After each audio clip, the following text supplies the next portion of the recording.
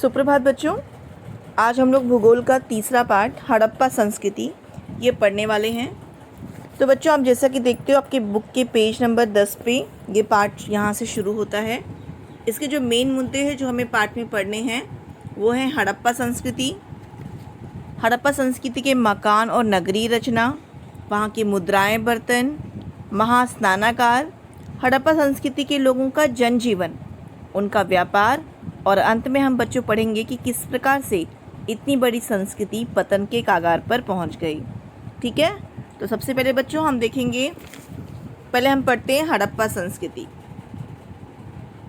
बच्चों 1921 में पंजाब में रावी नदी के किनारे हड़प्पा नामक स्थान पर उत्खनन प्रारंभ हुआ था। तो आप सभी पहले से जानते हो कि उत्खनन का मतलब होता है जब हमारे इतिहास शास्त्री किसी ऐतिहासिक चीज़ों की जानकारी प्राप्त करना चाहते हैं तो क्या किया जाता है, मिट्टी को खोदकर उसके अंदर से स्रोतों के आधार पर, साधनों के आधार पर बहुत सारी जानकारी प्राप्त की जाती है, उसे है उत्खनन कहते हैं। तो बच्चों 1921 में वहाँ पर रेलवे लाइन की काम चालू था, रेलवे की पटरियाँ बिछाने का, और तभी अचानक क्या हुआ बच्चों कि लोगों को बहुत सारी पुरानी चीज़ें मिलने लगी। तो लोगों को लगा कि अरे ये क्या है, पुराने बर्तन, पुराने आभूषण, पुरानी चीज़ें, उसके टुकड़े। तो लोगों ने क्या किया, तुरंत ही जो हमारा आर्कियोलॉजिकल डिपार्टमेंट होता है, जैसे इतिहास के लिए इतिहास शास्त्री होते हैं, विज्ञान के लिए वैज्ञानिक होते हैं, बिल्कुल उसी प्रकार से इतिहास के विभिन्न चीज़ों की खोज करने के लिए हमारा आर्कियोलॉजिकल डिपार्टमेंट काम करता है। तो लोगों ने वहाँ खबर की और तुरंत ही वहाँ पे खुदाई का काम यानी उत्खनन का कार्य शुरू हो गया। और बच्चों आपको दिखाती हूँ मैं, ये कहाँ पर है हड़प्पा। ये देखो आपके नक्शे में आपको दिखाई पड़ेगा, जो ब्लैक वाले डॉट्स हैं आपको वो देखने हैं। ये देखो ये हड़प्पा, और यहाँ पर आपको दिखाई पड़ रहा है रावी नदी। तो रावी नदी के किनारे यानी उसके बिल्कुल देखो पास में हड़प्पा लिखा है। तो रावी नदी के किनारे हड़प्पा नामक जगह पे ये खुदाई का कार्य यानी उत्खनन शुरू हुआ। और ऐसा उत्खनन जो है केवल हड़प्पा में ही नहीं किया गया, बल्कि इसके आसपास के क्षेत्रों में भी बिल्कुल इसी प्रकार की चीज़ें मिलने लगी। तो वहाँ पर भी उत्खनन किया गया। जैसे यहाँ देखो हड़प्पा से 650 किलोमीटर की दूरी पर सिंधु नदी बहती है। ये देखो सिंधु नदी, और इस सिंधु नदी की घाटी में आपको यहाँ दिखाई पड़ेगा मोहनजोदड़ो। यहाँ मोहनजोदड़ो में भी खुदाई की गई और बिल्कुल उसी प्रकार की नगर रचना, बिल्कुल वैसे ही बर्तन, बिल्कुल उसी प्रकार की मुद्राएं यहाँ भी प्राप्त हुई। और बच्चों इसी प्रकार की चीज़ें हड़प्पा मोहनजोदड़ो के अलावा अगर आप देखोगे तो यहाँ देखो कालीबंगा, राखी खड़ी, धोलीवीरा, सूरकोटड़ा, कुंतासी, लोथल, इन सभी स्थानों पर इसी प्रकार की चीज़ें मिलने लगी। और जब इन सारे स्थानों पर उत्खनन किया गया तो पाया गया कि यहाँ जो चीज़ें मिल रही थी उनमें काफ़ी समानता है। और चूंकि ये उत्खनन सबसे पहले हड़प्पा में शुरू हुआ था, इसीलिए इस पूरी संस्कृति को हड़प्पा संस्कृति नाम दिया गया। ठीक है बच्चों, तो अगर कोई आपसे प्रश्न पूछे कि इसे हड़प्पा संस्कृति क्यों कहते हैं, तो आपको ये उत्तर देना है कि सबसे पहले हड़प्पा नामक स्थान पर इस संस्कृति की खोज हुई थी, सर्वप्रथम उत्खनन यहाँ पर प्रारंभ हुआ था, इसलिए इस पूरी संस्कृति को हड़प्पा संस्कृति कहा जाता है। तो बच्चों हड़प्पा, मोहनजोदड़ो, कालीबंगन, दायमाबाद, सूरकोतरा, इन सभी स्थानों पर उत्खनन में सर्वत्र एक समानता पाई गई।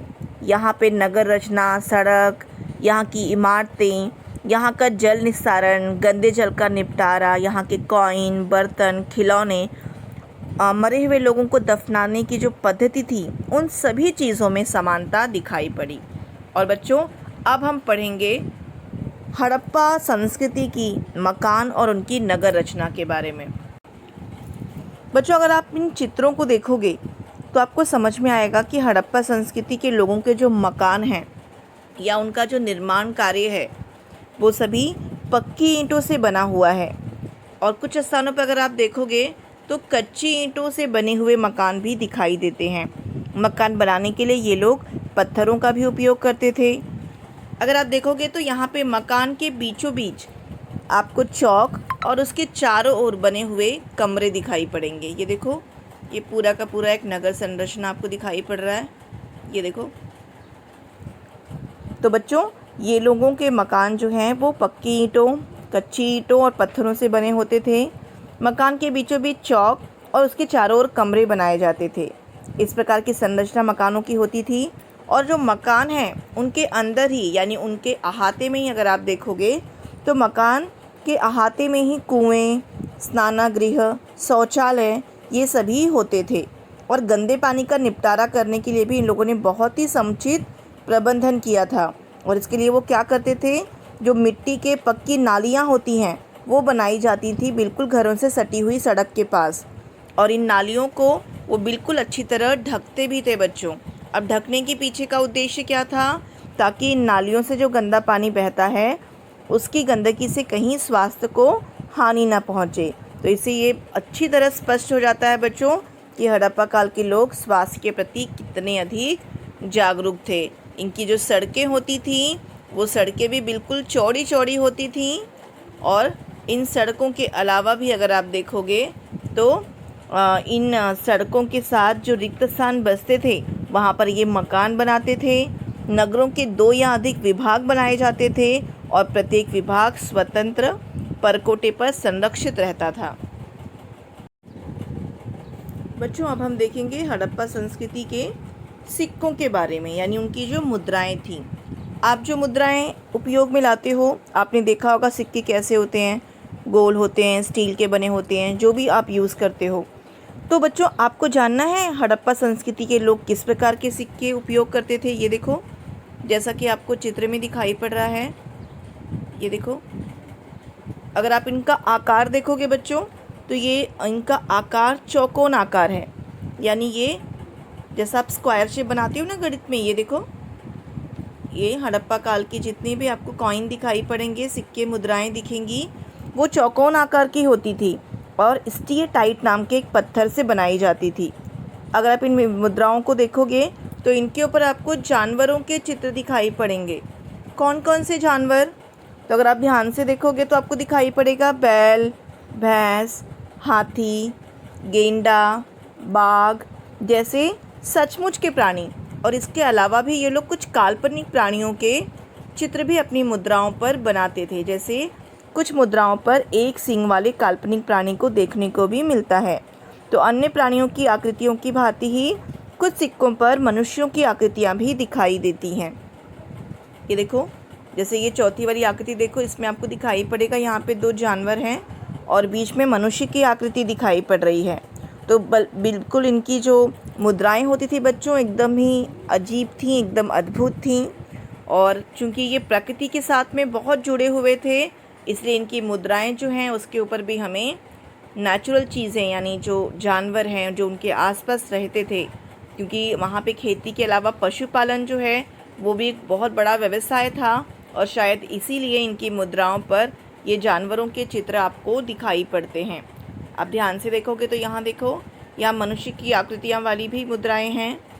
ये देखो, एक सींग वाला, जो मैंने कहा कि अकाल्पनिक प्राणी। तो अकाल्पनिक प्राणी यानी उनकी कल्पना शक्ति के आधार पर भी वो लोग काल्पनिक प्राणियाँ जो है वो अपने मुद्राओं पर बनाते थे। जैसे एक सींग वाला प्राणी, अगर हमने बहुत सारी मूवीज़ वगैरह देखी होगी तो आपने यूनिकॉर्न देखा होगा। तो वो यूनिकॉर्न जो है वो उड़ता है, ऐसा घोड़ा है जो उड़ता है, सफ़ेद रंग का होता है। तो ऐसा ही यूनिकॉर्न के तरह का आकृति आपको उनके कुछ सिक्कों पर दिखाई पड़ेगी। और इन मुद्राओं का उपयोग बच्चों वो केवल लेन देन के लिए नहीं बल्कि छाप वगैरह लेने के लिए भी करते थे। बच्चों अब देखेंगे हड़प्पा काल में जो बर्तन मिले, यानी जो उत्खनन में बर्तन मिले वो कैसे थे। जैसा कि आपको चित्र में दिखाई पड़ रहा है, ये देखो इस प्रकार के बर्तन मिले। ये देखो बच्चों, इस प्रकार के बर्तन उत्खनन में दिखाई पड़े। और अगर आप ध्यान से इन बर्तनों को देखोगे तो ये सारे बर्तन, ये देखो, लाल रंग के हैं। तो ऐसा माना जाता है कि लाल रंग का टेराकोटा मिट्टी का एक प्रकार है, उससे ये बने हुए हैं। और बच्चों अगर आप ध्यान से देखोगे तो आप में दिखाई पड़ेगा कि इसका जो पृष्ठ भाग है उस पर काले रंग से ये नक्काशी का काम भी करते थे। यानी इतने हज़ारों साल पहले भी हमारे पूर्वज कितने उन्नत थे। उनकी नक्काशी, शिल्पकला, ये सारी चीज़ें देखती ही बनती हैं। जैसे आपने नगर रचना देखा, तो नगर रचना में भी आपने देखा कि किस प्रकार से उनकी नगर रचना कितनी अद्भुत थी। वैसे ही उनके मिट्टी के जो बर्तन बनाने का ढंग है वो भी उतना ही अद्भुत है। देखो बच्चों ध्यान से, यहाँ पे कितनी सुंदर ढंग के इन लोगों ने मिट्टी के बर्तन बनाए हैं, ये देखो। और अगर आप ध्यान से देखोगे तो इसमें मछली की चोइयाँ, जो आपने मछली देखी ना, देखो उसका जो बाहर का भाग होता है, मछली का जो बाहर का शरीर का भाग होता है, उसमें किस प्रकार की आकृतियाँ बनी होती हैं। तो वैसी ही मछली की चोइयाँ और एक दूसरे से पिरोए हुए देखो वलय, गोलाकार, पीपल के पत्ते, ये देखो ये सारे बर्तन आपको दिखा रही हूँ मैं। पीपल के पत्ते की आकृतियाँ, जैसे बहुत सारे प्रतीकों का इसमें समावेश है। और ये जो बर्तन आपको दिखाई पड़ रहे हैं बच्चों, ये देखिए, ये देखो कितनी अच्छी तरह इसके ऊपर नक्काशी कोई की हुई है। और बच्चों एक बहुत ही अद्भुत और बहुत ही रोचक बात है कि जब भी वहाँ पर खुदाई की गई तो वहाँ पर मृतदेह यानी मरने के बाद वहाँ पे लोगों को वो लोग दफनाते थे। तो दफनाने के बाद में वो जो व्यक्ति को दफनाया है उसके पास भी इस प्रकार के बर्तन दिखाई दिए।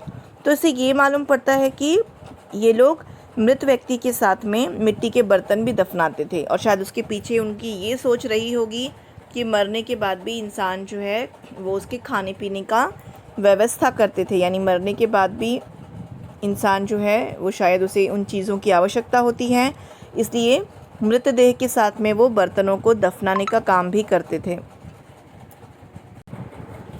और बच्चों मोहनजोदड़ो जो मैंने आपको दिखाया था ना कि हड़प्पा से 650 किलोमीटर की दूरी पर मोहनजोदड़ो है, वहाँ पर भी बिल्कुल इसी प्रकार की समानता वाले अवशेष मिले थे।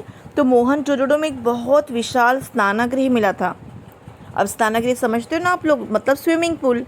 आप सोचो, आप इतने हम मॉडर्न अपने आप को समझते हैं, आज हम स्विमिंग पूल का इस्तेमाल करते हैं, पर आज से हज़ारों साल पहले हमारे जो पूर्वज थे वो भी स्विमिंग पूल का इस्तेमाल करते थे। ये सोचने वाली बात है। और बच्चों वो स्विमिंग पूल बहुत जैसे आज के स्विमिंग पूल छोटे छोटे होते हैं ना, वैसे छोटा नहीं था, वो स्विमिंग पूल बहुत बड़ा था। ये देखो आपको आकृति में दिखाई पड़ रहा है, लगभग 12 मीटर लंबा और उसकी चौड़ाई होगी लगभग 7 मीटर। ये देखो लगभग 12 मीटर लंबा और 7 मीटर चौड़ा और साथ साथ में 2.5 मीटर गहरा, इतना बड़ा स्नानागृह वहाँ पर खुदाई के समय मिला। और उसको इतनी अच्छी तरह से वो लोग मैनेज करते थे, उसकी व्यवस्था करते थे। जैसे कुंड का जो पानी है, जो स्विमिंग पूल का पानी है, वो रिसे नहीं, इसके लिए क्या करते थे, उसको भीतर एकदम पक्की ईंटों से बनाया जाता था। ये देखो किस प्रकार से पक्की ईंटों का इस्तेमाल करके बनाया जाता था। और इसके अलावा उसके भीतर भी पक्की ईंटों से बाकी बांधा गया है उसको। उसमें उतरने के लिए सीढ़ियाँ भी बनाई गई थी। ये देखो मैं आपको दिखाती हूँ चित्र में सीढ़ियाँ। तो उसके अंदर ये देखो, यहाँ पे आपको अच्छी तरह से दिखाई पड़ेगा, नीचे उतरने के लिए सीढ़ियाँ भी बनाई गई हैं। और समय समय पर जो कुंड है उसका पानी बदली करने की व्यवस्था भी उसमें अच्छे ढंग से की हुई थी। तो ये बहुत ही बच्चों दिखाता है कि किस प्रकार की उन्नत शिल्पकला, उन्नत मूर्तिकला और उन्नत व्यवस्थापन कला हमारे पूर्वजों के अंदर थी। देखो ये विशाल स्नानागार है और ये इतना अद्भुत ढंग से बनाया है कि कैसे नीचे उतरना है, सीढ़ियाँ, किस प्रकार से पानी की व्यवस्था करनी है, पानी का रिसाव ना हो कुंड में, इसीलिए पक्की ईंटों का इस्तेमाल करना, समय समय पर गंदे पानी को चेंज करने की व्यवस्था, ये सारी चीज़ें अपने आप में बहुत ही अद्भुत हैं। तो बच्चों ये था मोहनजोदड़ो का विशाल स्नानागार। और अब हम देखेंगे हड़प्पा कालीन लोगों का जनजीवन। बच्चों अब हम देखेंगे हड़प्पा कालीन लोगों का जनजीवन। ठीक है, सो ये आपकी बुक में 3.5 जनजीवन दिया हुआ है। अब हम देखेंगे हड़प्पा काल के लोग कौन सा व्यवसाय करते थे, वो कौन सी फसलें या उनका खान पान का क्या था, किस प्रकार के गहने कपड़े वो पहनते थे, उनकी वेशभूषा, ये सारी चीज़ें हम जनजीवन में देखेंगे। बच्चों हड़प्पा काल के लोग जो हैं वो, जहाँ आपको मैंने मैप में दिखाया था कालीबंगन, जहाँ पर बिल्कुल सेम वैसे ही अवशेष मिले थे। तो कालीबंगा में जोता हुआ जो खेत होता है, फसल करने से पहले खेत को जोता जाता है, तो जोते हुए खेत के ऐसे प्रमाण कालीबंगन में मिले हैं। और कालीबंगन में लोग बहुत सारी फसलें उगाते थे। तो बच्चों उसमें से गेहूँ, गेहूँ तो आप सभी जानते हो जिसके आटे की रोटी बनती है, तो गेहूँ तो आपको पता ही है, वो गेहूँ उगाते थे, जौ उगाते थे। ये देखो मैं आपको जौ दिखा रही हूँ, ये देखो ये है जौ। तो वो गेहूँ, जौ जिसे बार्ली भी कहते हैं, ये वहाँ की प्रमुख फसल थी।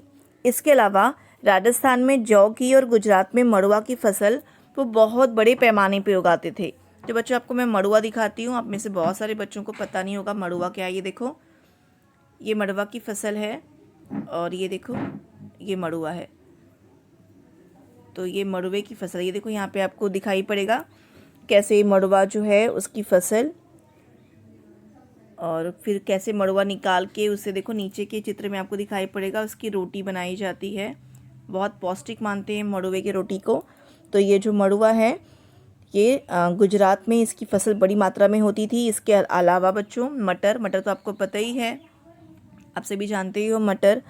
वो जो वटाना आप खाते हो ना मटर, वो मटर, तिल, ये देखो मटर की फसल दिखा रही हूँ मैं आपको। ये देखो तिल, जो सफ़ेद तिल काला तिल होता है उसकी ये देखो ये फसल है। इस प्रकार के पौधे होते हैं तिल के, तो वो तिल का उपयोग करते थे। और ये देखो ये तिल है, ये सफ़ेद तिल है। और मसूर, मसूर की दाल आपने देखी होगी, इस तरह की बिल्कुल एकदम ऑरेंज कलर की दिखाई पड़ती है, तो मसूर। तो ये सारी चीज़ें उनकी खेती में ऐसे बहुत सारे अवशेष, आपने शुरुआत में ही पढ़ा था कि जो अनाज के दाने रोस्टेड यानी भुने जाते हैं वो कभी ख़राब नहीं होते हैं। तो ऐसे भुने हुए दानों के जो अवशेष मिले उसमें मड़ुआ, गेहूँ, जौ, बार्ली, मटर, तिल, मसूर आदि बहुत सारी चीज़ें मिली, और जिससे ये मालूम पड़ता है कि वो लोग इन चीज़ों की खेती किया करते थे। इसके अलावा बच्चों उत्खनन में बहुत सारी मूर्तियाँ भी मिली हैं, मूर्तियों के पुतले भी मिले हैं, और उन पुतलों के ऊपर जो चित्र हैं, जो कपड़े हैं, अवशेष हैं, उनसे ये मालूम पड़ता है कि उस समय के लोग किस प्रकार के कपड़े पहना करते थे। मैं आपको दिखाती हूँ, आपकी बुक में भी है वो चित्र। ये देखो पेज नंबर 13 पर हड़प्पा कालीन कला का नमूना। इसमें एक पुरुष है, उसका जो है मूर्ति बनी हुई है। और अगर आप ध्यान से देखोगे तो ये जो पुतला है ये एक उत्कृष्ट नमूना है उनकी कला का। इसके चेहरे का भाव देखो एकदम अच्छे से स्पष्ट हो रहा है। इसके द्वारा जो इसने कपड़े पहने हैं उस कपड़ों के ऊपर भी नक्काशी की हुई है। तो ऐसा अनुमान लगाते हैं कि शायद उसने कंधे पर शॉल ओढ़ी है, और शॉल में जो नक्काशी की है उसे कहते हैं बच्चों त्रिदल नक्काशी। ये देखो कितनी ही सुंदर है ये। तो ये त्रिदल नक्काशी बहुत ही कलात्मक ढंग से बनाई हुई है। तो उनके जो मूर्तियाँ मिली, उन मूर्तियों के आधार पर वो लोग किस प्रकार की वेशभूषा करते थे ये मालूम पड़ता है।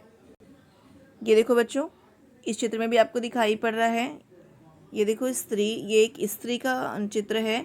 और आपको दिखाई पड़ेगा कि उसने देखो उसके हाथ में बाजू तक उसने चूड़ियाँ पहन रखी हैं। तो इस प्रकार ये लोग जो है शाला दुशाला का उपयोग करते थे। बाजू बंद मतलब पूरी बाजू तक भरी हुई चूड़ियाँ पहनती थी वहाँ की स्त्रियाँ। तो इस प्रकार उन मूर्तियों के आधार पर ही हमें इनके बारे में और विस्तृत जानकारी प्राप्त होती है।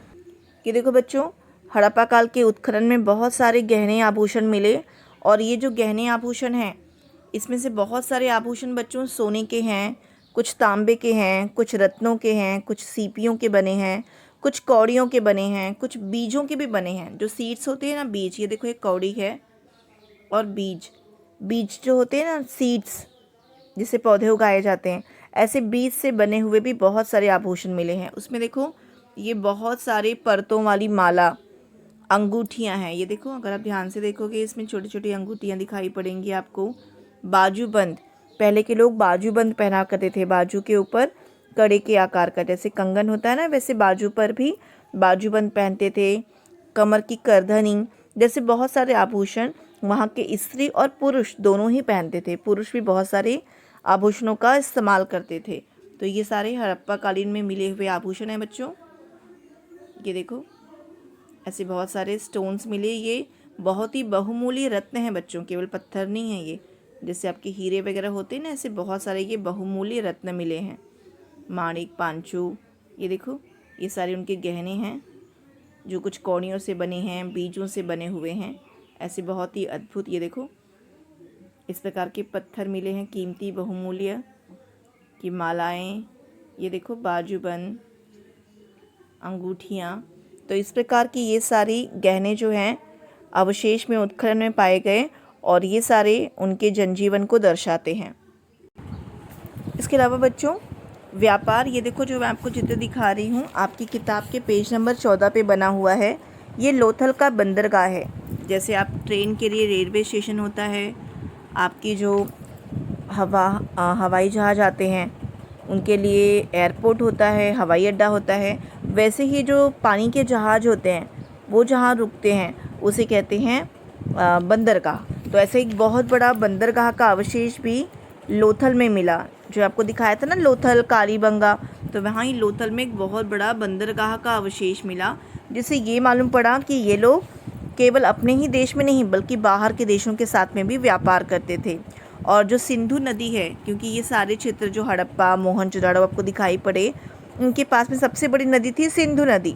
तो सिंधु नदी की घाटी में ये बहुत अच्छी कपास की खेती करते थे और ये कपास जो है वो दक्षिण पश्चिम, दक्षिण यूरोप, इजिप्ट के देशों को निर्यात की जाती थी। सूती कपड़ों का भी निर्यात होता था। और बच्चों देखो हमने पहले पार्ट में पढ़ा था, भूगोल में, इतिहास के पहले पार्ट में हमने पढ़ा था कि किस प्रकार से सड़क मार्ग से वो जो रेशम का मार्ग था, तो वो रेशम का मार्ग का उपयोग भी ये लोग करते थे, यानी सड़क मार्ग और जल मार्ग दोनों मार्गों का उपयोग करते थे। और भारत से इजिप्ट को मलमल के कपड़े, बहुत ही सॉफ्ट होते हैं मलमल के कपड़े, वो मलमल के कपड़ों की आपूर्ति की जाती थी। ये लोग अफ़गानिस्तान, बलूचिस्तान, ईरान आदि देशों से चांदी, जस्ता, नगीने, माणिक, देवदार की लकड़ी आदि वस्तुएं हमारे देश में लाई भी जाती थी। और विदेशों के साथ में चलने वाला वे व्यापार सड़क और समुद्री मार्ग दोनों से चलता था। जो मुद्राएं मिली ना बच्चों, उसमें से कुछ मुद्राएं ऐसी भी मिली जिनके ऊपर जहाज़ों के चित्र हैं। तो उससे ये मालूम पड़ता है कि ये लोग जो हैं इनके जीवन में व्यापार का भी बहुत ही महत्व था। और ये जो अवशेष मिला है लोथल बंदरगाह, ये तो अपने आप में बहुत ही विशाल है। अब बच्चों आप सभी के मन में ये चीज़ तो आ ही रही होगी कि इतनी बड़ी संस्कृति अचानक ऐसा क्या हो गया कि ये पूरा मिट्टी के नीचे एकदम से दफन हो गई। तो बच्चों ऐसा हमारे इतिहास शास्त्री मानते हैं कि शायद हो सकता है कि बार बार आने वाली बाढ़, किसी बाहरी समूह ने हमला कर दिया होगा, व्यापार में घाटा हो गया होगा, या हो सकता है कि एकदम बारिश ना हुई होगी, अकाल पड़ गया होगा, नदियों के पाट सूख गए होंगे, भूकंप आ गया होगा, या कोई प्राकृतिक आपदा आ गई होगी, समुद्र तल में कुछ परिवर्तन हो गए होंगे और उसके कारण क्या हुआ, यहाँ के नगर पूरे उजड़ गए और ये पूरी की पूरी सभ्यता मिट्टी के नीचे दब गई। तो इतनी बड़ी हमारी, इतनी विशाल, इतनी अद्भुत, इतनी सुंदर हड़प्पा संस्कृति के जो नगर थे उनका पतन हुआ बच्चों। और हड़प्पा संस्कृति एक समृद्ध और संपन्न नगरीय संस्कृति थी जो हमारे भारत देश में पाई गई। ये हमारे लिए बहुत ही गर्व की बात है कि हमारे पूर्वज इतनी उन्नत, इतनी प्राचीन भारतीय संस्कृति को देखने के लिए हमें ये जो अवशेष मिले और हमने जाना कि इतनी उन्नत हमारी प्राचीन भारतीय संस्कृति थी। तो बच्चों आप सभी को ये पाठ बहुत अच्छी तरह समझ में आ गया होगा और अब हम इस पाठ के प्रश्नोत्तर करेंगे।